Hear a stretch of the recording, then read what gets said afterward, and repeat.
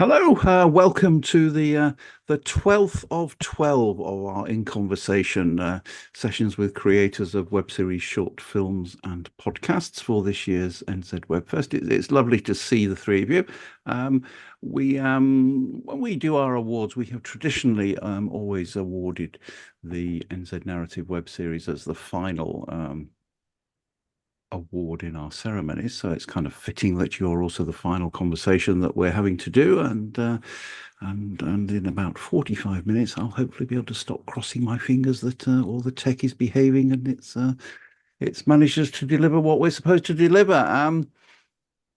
If you're watching us live, I'll give the quick plug, which is to say that all the series that we're going to talk about now are available on nzwebfest.co.nz until the end of Monday, the 11th of November, which is when the festival wraps up. So if you want to dive in and watch stuff, then feel very free to do that. Our awards are tomorrow, or if you're watching this kind of delayed, they're already done and dusted, but either way you'll be able to find the results on our website as well. So we'll dive on in. We've got six shows that are up for that award. One, ADHD and me isn't able to be with us. Ataraiti is representing three of them, so we'll jump backwards and forwards and try and make it clear what we're talking about at any given point. But the first thing we'll do is to give you each the opportunity to give us the 2 cent tour. Tell us who you are and what show you're representing at Ataraiti. If you want to kick us off with Ahikaroa, then that would be good. Kia ora tata hei mihi atana kia koe Keith. Mihi anō kia koe ni ngā waihono I te pō.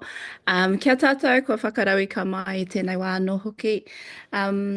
I'm Ataraiti, I'm the CEO of Kura Productions, and Ahikaroa is a really important show for a lot of us. It really exemplifies it shows exactly how we are as Māori and how we live today. So, and the things that are important to us today. So, kia ora tātou.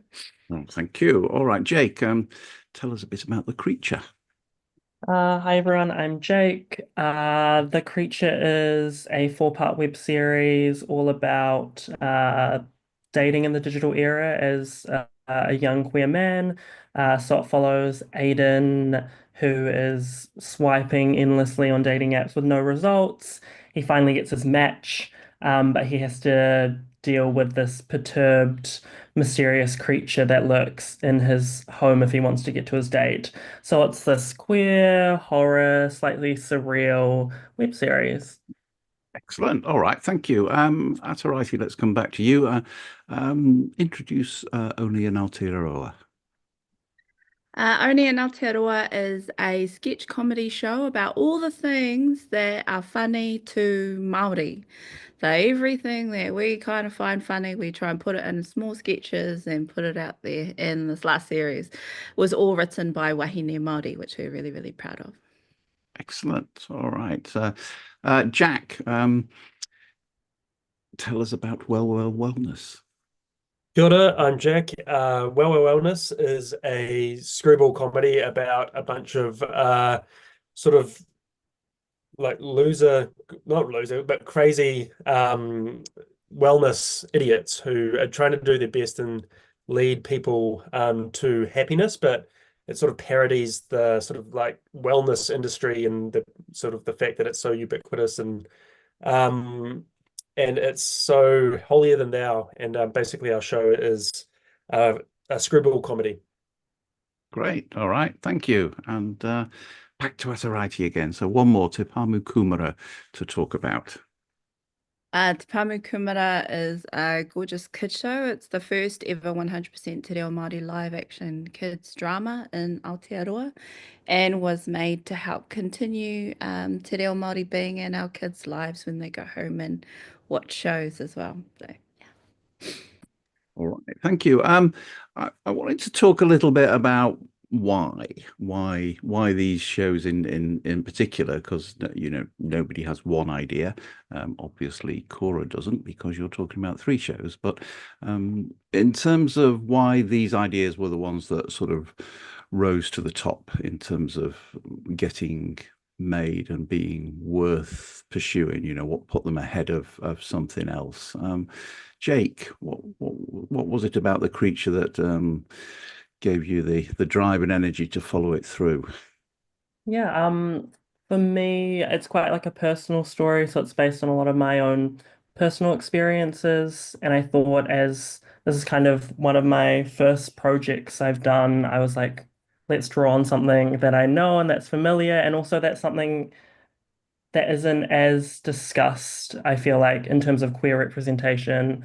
I don't think we're having as many discussions around online dating as we should be, and the impacts it's having on young people. So I really wanted to explore that. And also, I love genre work, I love horror, so it was just a natural fit to move that story in that direction. Okay, all right, thank you. That's all righty. Ahikaro has been going for a good while now, so but take us back to the very beginning of it, and what was it before everybody got to see it that made you think that this is one worth pushing? Well, actually, I wasn't with Kura when Ahikaru was started. It was started by the previous owner of Kura. His name's Quinton Hita, and if you know him, you know that he is a huge advocate for te reo Māori and Māori stories. And Kura, of course, is a company that only makes Māori shows, Māori content, to help te reo Māori and tikanga Māori on our screens. And I think it's um, one of the first bilingual dramas at the time that came out, with a whole lot of episodes that came out at the same time. There's about 20 episodes in the first season, not dissimilar to now. So it's just probably the same as what Jake was saying about, the reflections of his own life, that we had not seen drama for Māori that was constant in long form episodes. So and te reo Māori should be alive in our society as well. That was probably the massive push for it. Add in some really cool, intelligent rangatahi who are bilingual, and it's a really, really great show. Yeah, that's probably the start of the series. Okay, and with Only in Aotearoa, how did that come to be? So Only in Aotearoa was also started by Q, and it was a little bit. Only in Aotearoa, this is the 3rd season, this one. And it was started because the internet at the time, it was being innovative with the social media. And so the best way to get content out there was to make small sketches, bite-sized sketches that could go out.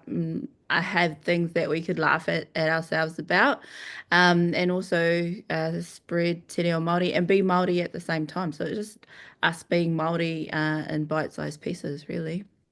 Okay, thank you. And Jack, you said it's a screwball comedy. Was that something that you were looking to create at the time, or is it just that was an idea that was stronger than other ones? Yeah, it came from the writer Brady Polkinghorne, who's had been to living this sort of life in these silent retreats, and he loves wellness and meditation, and he used to run a Maori wellness initiative for rangatahi called the Kindness Institute, and he basically he believes in the kaupapa so much, but he also thinks he's the right guy to sort of like take the mickey out of it because he knows it so well. So he wrote it, and he pitched it to Andy Day and I, who we both come from a documentary background, and we're sort of looking to expand our offering into different things. And we really liked Brady and really liked the idea. And it was really achievable for the budget that we had available. It was all one location. It was a handful of actors. And seemed like a fun thing to do, to sort of learn how to make this kind of television slash web series. So it was a step in the right direction for us, and that's why we did it for. That's why it took about 2 years. So that's why we did it for about 2 years. Yeah.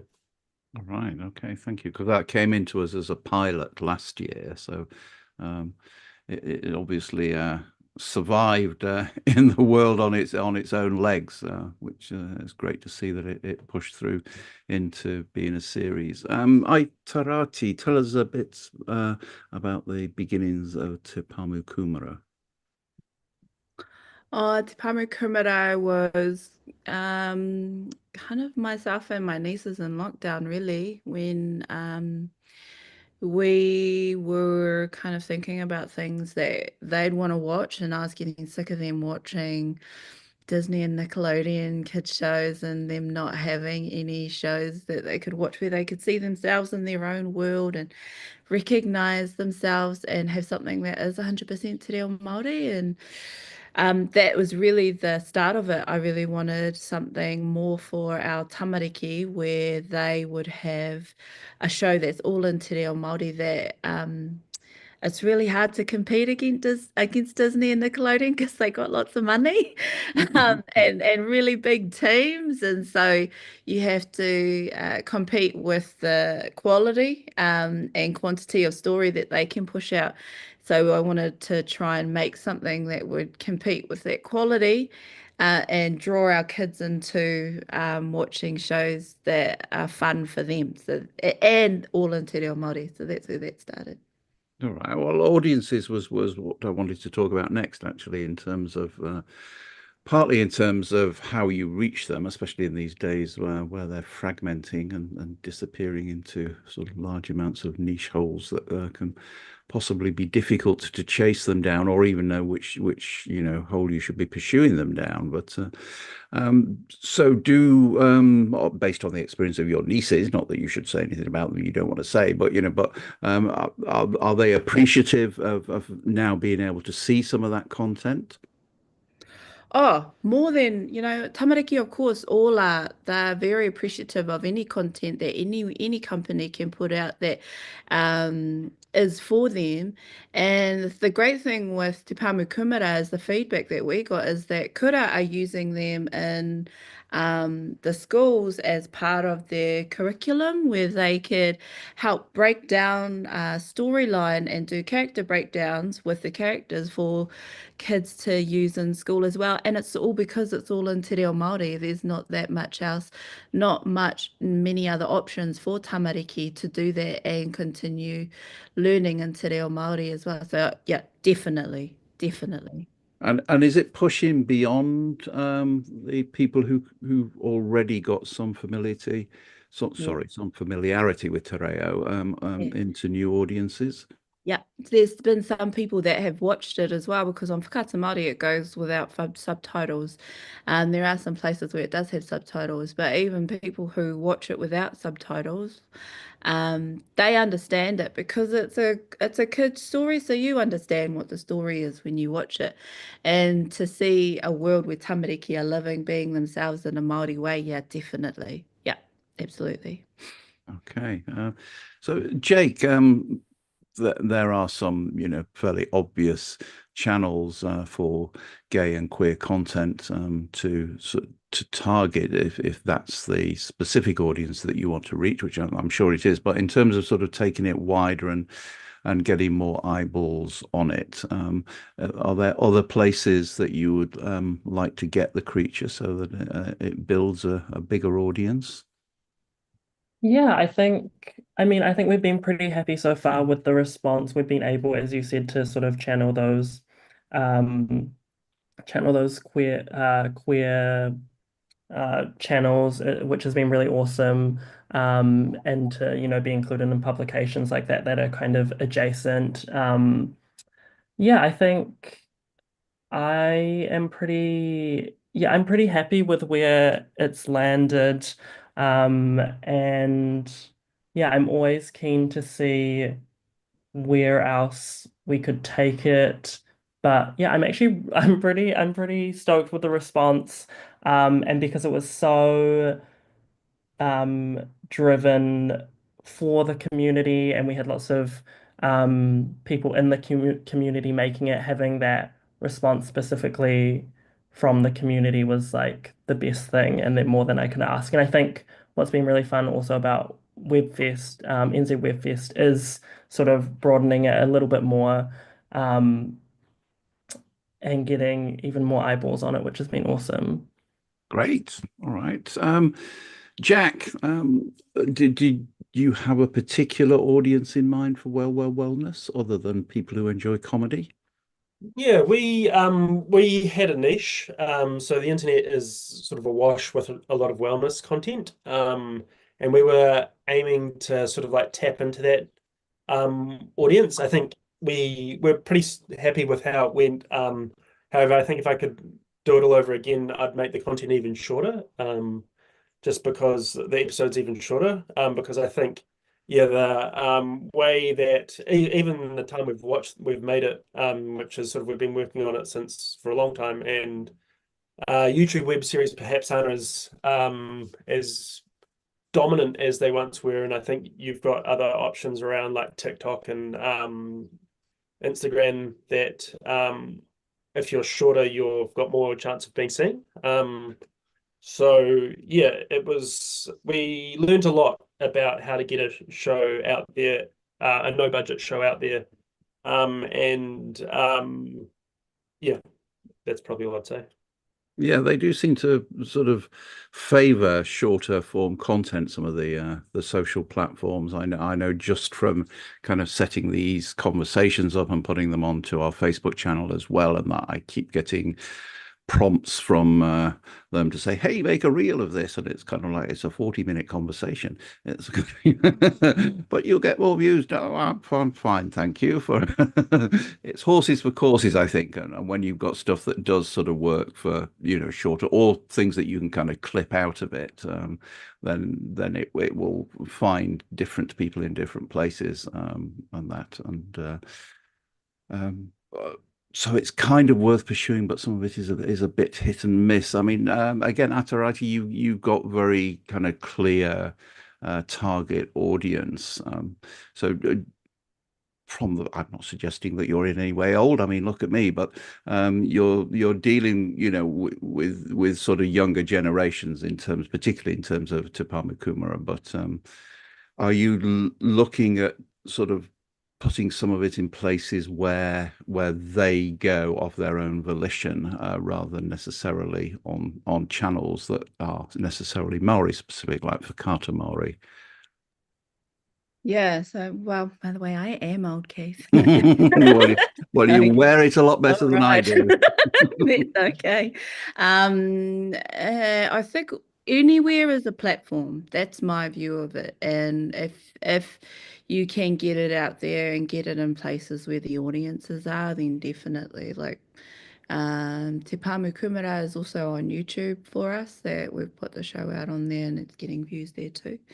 And so Facebook is a platform, Instagram is a platform, all the networks that work in Aotearoa platforms, anywhere that you can get the show out and get eyes on is a way to get it in front of audiences, and where any audience is, no matter who they are sometimes, yeah.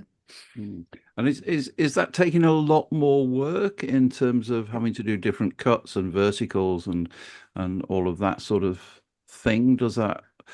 Yeah, it is. It is actually like that. That's the short answer of it. But I think you do as much as you can to try and do the best for the show, without burning yourself out. So that's probably the best answer I could give. And everyone that works on these shows, we all definitely give 110% for everything that comes from kura. Yeah. Do you get enough good data back from these? This is for all of you, but we'll start with Atarati since we're talking now. Do you get good enough data back from these platforms that you can decide, right, this is worth continuing with and that one's not delivering, so either we do something different or we stop doing it? Oh, yeah. Yeah, definitely. It's well, I think for us, it depends on yes, the audience feedback and the views and the data that comes in, absolutely, that is one factor. But also, the other major factor for us is how much exposure our audiences will have to Te Reo Māori when it's out there. If it's constant and it continues to be out there, then we will absolutely try and keep going with it over and over and over again, because if we think it's worthwhile and it works, like one of our other shows, it's a panel show on Facebook. It's called Ngā Waitika, and that's for the retention of the dialect up north. There's no other show that retains Te Reo Te Tai Tokiro. So that for us has importance, and it does after a time reflect the views and those analytics that come back for it. So it's both of them, I think, for us, because it's our culture, and then it's feeding the audience that we want to serve. Okay, thank you, Jake. Yours is the newest of the content that's coming out there. Are you seeing data that's helpful to you? Yeah, I think so. For us, we put it on Vimeo mainly because we were originally going to go with YouTube, hoping for more exposure, but then they're just like the word. It was just the quality was not very good, and we had a lot of dark scenes, and it wasn't looking the best. So Vimeo was our better option in terms of sort of the artistic aspect of it, making sure it looks how the team wants it to look. And so in terms of like Vimeo and then posting things to Instagram and Facebook. I mean, also because I do digital marketing as my sort of 9 to 5. I'm in that world, so I do think there is enough data to sort of see how things are engaging and what is doing better. Um, but I think the thing that is slightly harder is getting, or for us anyway, was getting the feedback from the audience and knowing the impact. I mean, I was able to talk about it with publications and things like that. But just because things are so digital, it's sometimes harder to hear how it's impacting people and how it's impacting the community.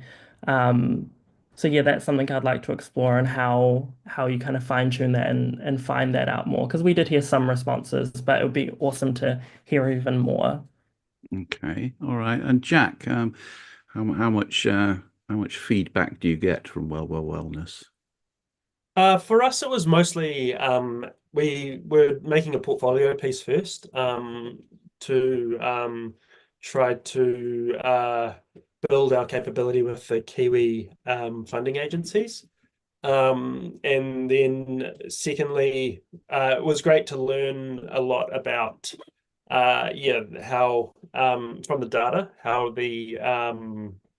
it was playing. And yeah, I think if I was to make another project, like I said, at this budget level or many budget levels, up until, I don't know, yeah, it would be that shorter is better.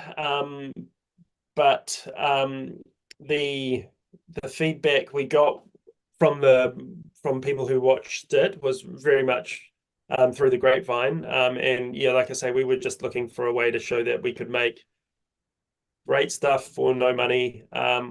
With follow all the rules, have good sound, everything's in focus, don't cross the line, all the filmmaking stuff that seems really basic. We wanted to show that we could do after coming from such a been doing documentaries for so long.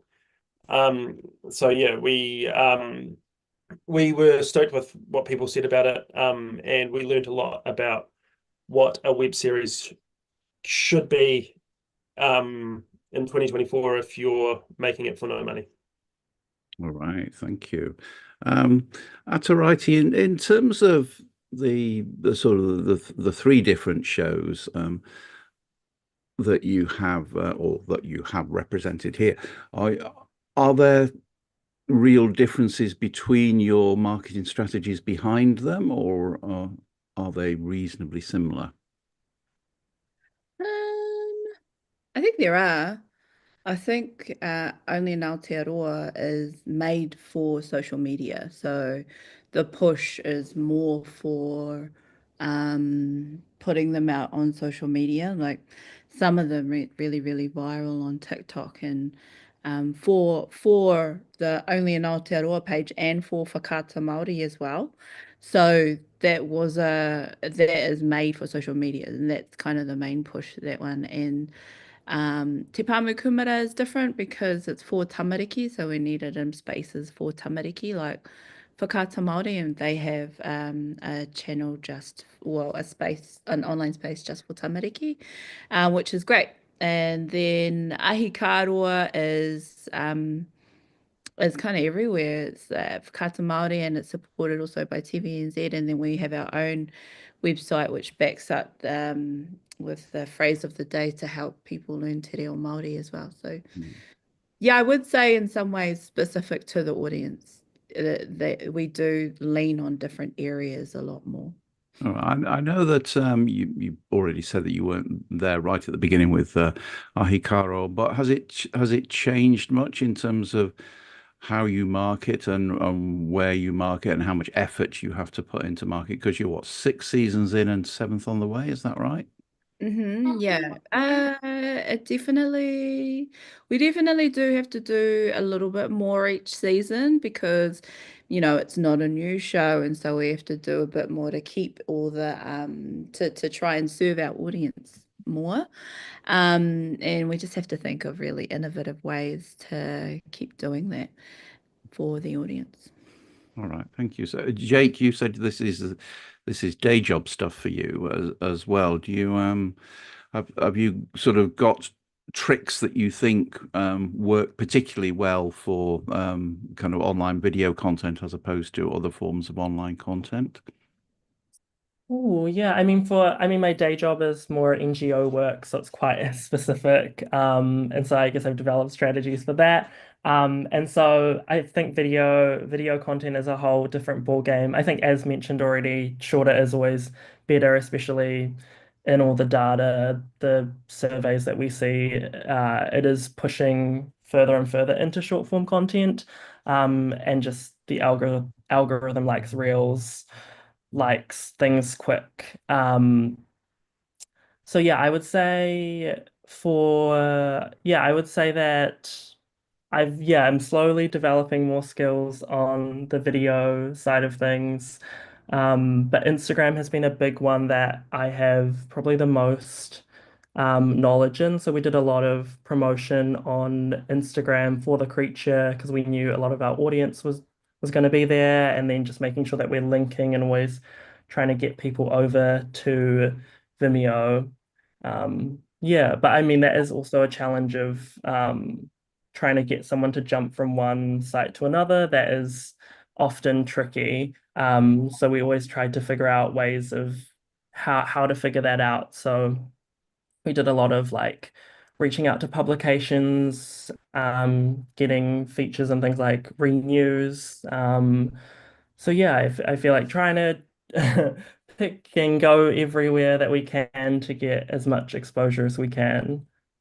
Yes, I mean we use Instagram quite a bit, and it's always sort of struck me as a bit odd that they won't allow external links on those. They did actually when they first started, they did, but it was you had to have a professional account, and then you could use them, and then that just seemed to sort of fade away. Presumably because they thought of better ways or ways in which they could make more money by not doing that, which is fair enough because they have to have a business model like everyone else. But it does always make me sort of a little bit suspicious of the value of Instagram, in the sense of, if people can't just click out of it, and given that people generally are impatient, shall we say, with getting I want it now.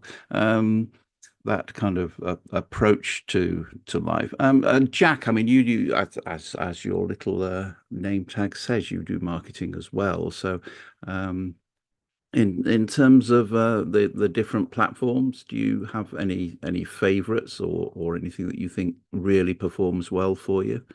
For us in this project, we similarly went through Instagram as a promotional tool. And again, yeah, I agree with Jake. Getting people to hop over to YouTube was a problem. Our assets that performed well were short cut downs on Instagram, which again, I totally hear you, Keith, in terms of like Instagram is they just want people to stay on Instagram and sell advertising space on Instagram. So I think the content that stays on Instagram performs better, which I think it's a shame that the filmmakers behind ADHD and me aren't here because I think they're experts at that. They know exactly that getting people to click somewhere else is basically impossible. And if you can capture them on Facebook and they don't have to leave to see your content, or if you capture them on Instagram and they don't have to leave to see your content, then and that obviously has implications for the storytelling. So like our series was 9-minute episodes, and that's too long for those platforms. Whereas I think ADHD and me was significantly shorter, and that works really well on those platforms. So yeah, a lot of learnings, and yeah, I guess it's just about going where the eyeballs are, and yeah, in terms of marketing, it was the same. Yeah, I think the challenge, like Jake said, is to get people to get people over to your content. And next time I wouldn't do that. I'd just put the content right in front of their faces. Yes, I think probably Millennial Jenny has been one of the most successful New Zealand shows that's had a very Instagram specific focus since the get-go. Really, that's how it was created and where it was created for. But it is a challenge because you always got to keep an eye out for what's the next one that's going to come through, and what does that mean for us in terms of, you know, is this content that we're going to be able to adapt to play in that new environment, or have we got to start all over again? Ataraiti, in terms of the longevity of Aotearoa, is it something that you think has got an end? I mean, I'm not suggesting that you're in, you know, the Shortland Street soap territory, but as long as there's money to make it, is it something that you think will run and run and run, or is there an arc that will come to an end and you'll want to sort of be telling a different story? I'll come back to that question, just on social media as well. Aotearoa actually started out as 5-minute episodes. So there were, even though it was like 20 half-hour eps, I think in the beginning it was 100 5-minute episodes, and then the audiences couldn't watch it that way. They wanted the longer version, so that's why they turned more into half-hour episodes. So maybe, I don't know, the times now are different.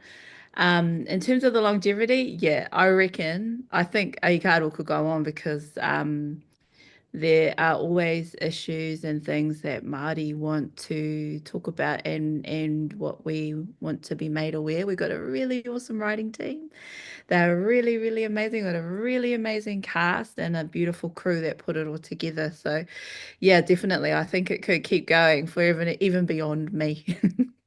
Yeah, I mean, the conventional wisdom for, not particularly for web series, but for television shows, is that it takes about 3 seasons to get it right.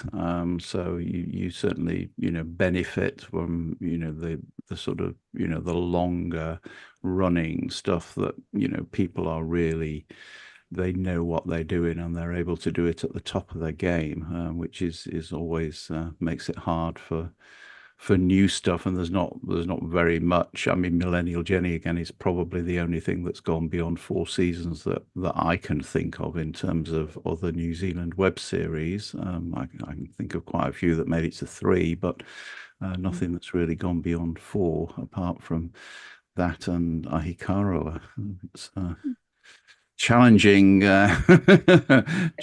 to you know, build the quality of product, you know, that does take time. You know, I mean, I know that everybody wants stuff as short as possible and as fast as possible these days, but you know, but from a creator's point of view, that's, you know, that's not how you make stuff. You make stuff by, you know, having, you know, good relationships and a good understanding of your craft, and, you know, and the time to do a good job. Yep. So, Jake, for you, is the creature something that has potential to go further if there's the time and the resource to do it? Yeah, I think there were discussions of like anthology type sort of different creatures, different idea, like different aspects of queerness that could be touched on, which is definitely an intriguing idea. Definitely this story was what intrigued me about the web series format was like can do this something that is a bit longer than a short film, and that needs to be episodic, but it can be sort of completed in one nice package. And so that was what was really awesome about the web series format. And so this story, Aiden, the main character of the story, I definitely think that's his piece, but for other creatures, maybe something in the future. Yeah, but I'm also currently sort of diving into short film territory, and maybe TV longer format territory as well. That would be awesome. Mm. All right. There's an American production company called Sidekick Productions, which does a lot of queer horror stuff, and they've been at it for years. Actually, this is the first year in, I think, about 5 years that they do a series called Skeleton Crew, which is an ironic title as it's a series about bear people, but they've been sort of, they play in the web series, the short film, the musical space, with but queer horror is the sort of the thing that they are sort of most well known for. So yeah, there's certainly potential out there, and there's and not just necessarily New Zealand audiences for it. Jack, for Wellness, is there a season 2 on the horizon? No, we enjoyed it. It was lots of fun, and we're really stoked with how it came out. But again, yeah, I think the format is not ideal for the amount of resources that we could that requires. And so yeah, we are keen to do other projects. Mm-hmm. All right. I other projects was the last question really, because for most people, most of the time, making web series is not the way to a happy retirement. But so this is your opportunity to shout out what else you're up to and what else you do, and what else you want people to be watching either now or to look forward to. Jake, do you want to kick us off there? Sure. So at the moment, I'm currently writing a short film. It's I guess, another supernatural horror piece, again around identity, but a different aspect of identity. But that'll be really fun. Lots of surrealism in that. So that is the main thing I'm working on. Although two other short films in the works, and then maybe a TV show. As creatives, always coming up with new things. So yeah, stay tuned. If you're interested, you can follow me on Instagram. My handle is my name, Jake Tabata. All right. Thank you. Jack. We have just run a crowdfunding campaign to complete a documentary that we've been making with the New Zealand Film Commission for a while. And yeah, it's a meta-modern doco about a hybrid doco about an ancient computer game and the strange community that continues to play it. And yeah, we'll see what happens. We've got a long way to go. So eventually we'll hopefully have a rough cut halfway beginning of next year, and see what happens. All right. Well, good luck.